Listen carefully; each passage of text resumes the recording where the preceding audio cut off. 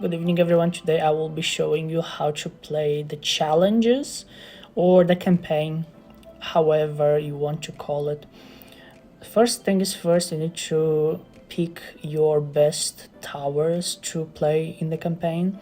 Of course, this video will be not just about the earlier stages. This is more about what you can expect and what to use when you are reaching the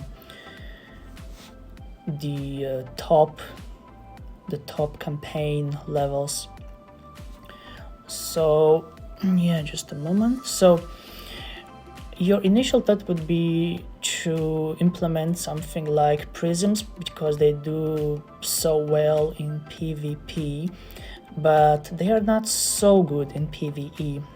Maybe at earlier stages the prisms are on par with your shotguns, but they really fall behind after you upgrade your shotguns a little bit further. Well, because shotguns of course are easier to upgrade because they are 2 levels below prisms.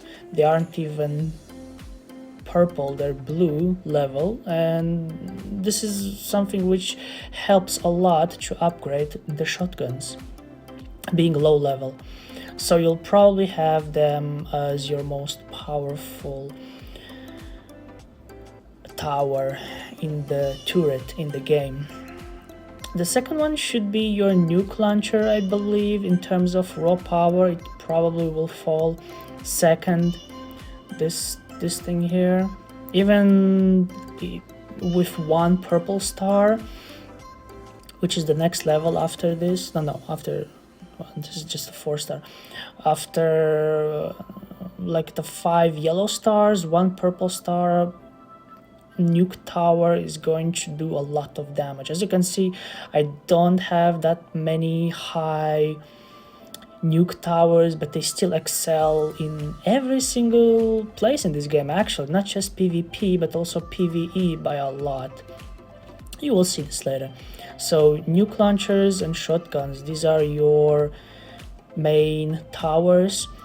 Also, the second one should be installing at least 1 or preferably 2 black holes. These are, without these you will lose a lot of games. They make quite a difference. The second one, also if you have around 3 or 4 purple star meteors, you should probably replace your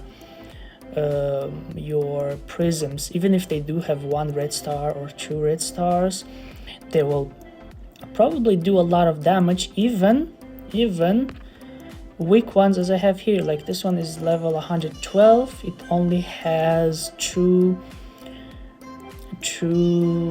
commanders open, and the relic is it's a top relic, but it's not the top.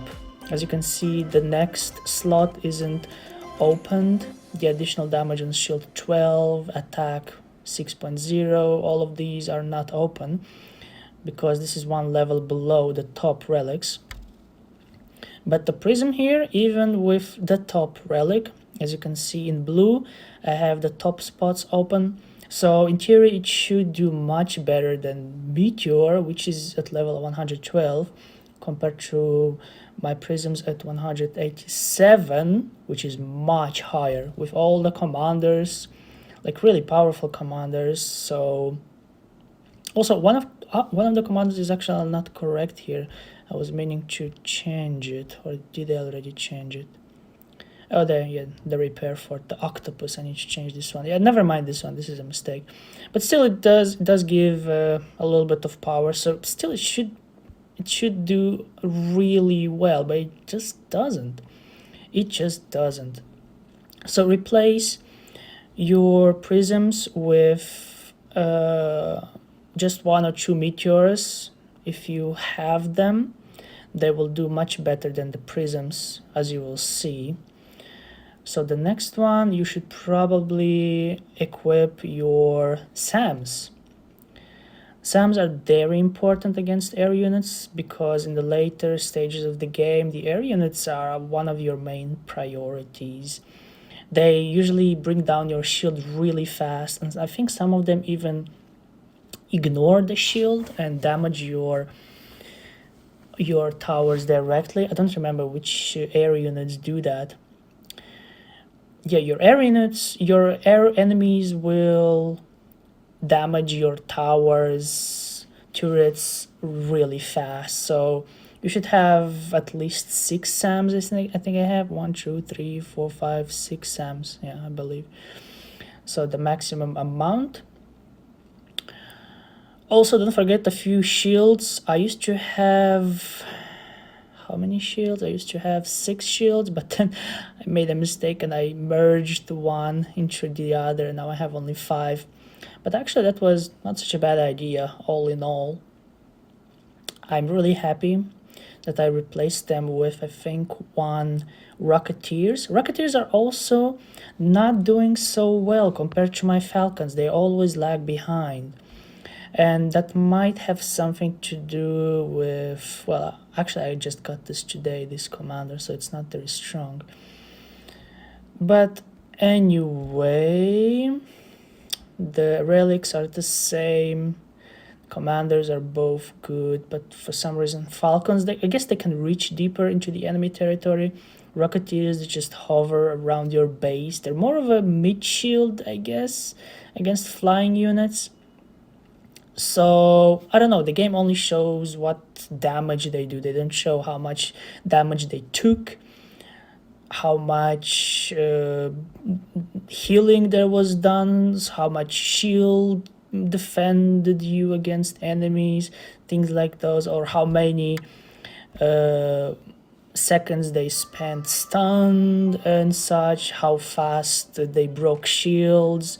Certain turrets will be better against shields, so even though the damage might appear like below other turrets, it might actually do more in the background that you don't see. But yeah, also don't forget, after shield forts, your magnet bombs are also very important.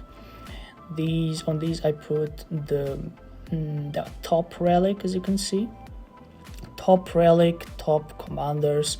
Magnet bombs, they are very important. They stun enemies, they do damage. I think they do very well against shields. Not so sure. Additional damage, yeah, on shields. So basically it's like your nuke launcher also has good damage on shields. Okay, and even without the top relic, the nuke launcher does really well, and only with 2 commanders, which is pretty nice. So black hole, nuke launcher, what else? Magnet bomb, also important. Falcons, also very important. They are slightly better than Rocketeers. Shotguns, already talked about this. Repair forts, have, I don't know, 5, 6, however many you want. I don't know. I'm not gonna merge my repair forts into lowering their count, because I don't really have much to replace them with. Everything I have is in large numbers, like my Falcons. I have, how many do I have? Ugh, it's a lot of Falcons, probably more than 7, around 8 Falcons probably. So, and replacing the repair forts with Rocketeers is just not such a good idea. They don't really do that much, so it's kind of meh. I would just leave it like this, 5 or 6 healers, and I would just leave them like that. Also, what else to see here? I think that's pretty much it. Meteor, okay, yeah, I think I covered everything. Now let's go to your gems here. This is also another place that I probably need to cover in future videos, but just basically have everything equipped except the time gems, and maybe except the zircon. Not so sure if it works so well. I don't really use them. Anyway, that's it. Also for main tower, probably use Doom Howitzer. It is very good, but it doesn't attack area units, and in late stages you will need to take down the area units pretty fast before the ground units reach you. It's very important because the area units are so small, and if they're targeted by prisms and shotguns, you lose a lot of firepower because there usually aren't many air units to share damage, like from prisms and from shotguns. These are the kind of towers that shoot to attack multiple units at once, and if they don't hit multiple units at once, then they are wasted. So I kind of use the shotgun more for taking down air units and such. But I mean, the Doom Howitzer is pretty good against slowing down enemies, so that's another positive. But for me, I use a lot of magnet bombs, so I have that part covered. The stunning and slowing down enemies, also black holes. Usually one black hole is enough. When I feel like there is a difficult level, I replace just one more magnet bomb for another black hole, and that usually does it. Yeah, let's see. Let's play some... Yeah, and Titans and the rest is pretty easy. You don't need to know that. So let's play this. Let's see. It's been getting harder and harder, but after I found a way to kill these support clarity bombs, it's been much easier. As you can see, all the air units are down. They have been destroyed. Also, I'm happy that we don't need the teleporter anymore to teleport units in front of the base. That was really bad. Oops, really bad. Just a moment. I'm losing. It was a really bad satellite, that's right. It was a really bad satellite and I didn't like using it. It just teleported the units far too close to me.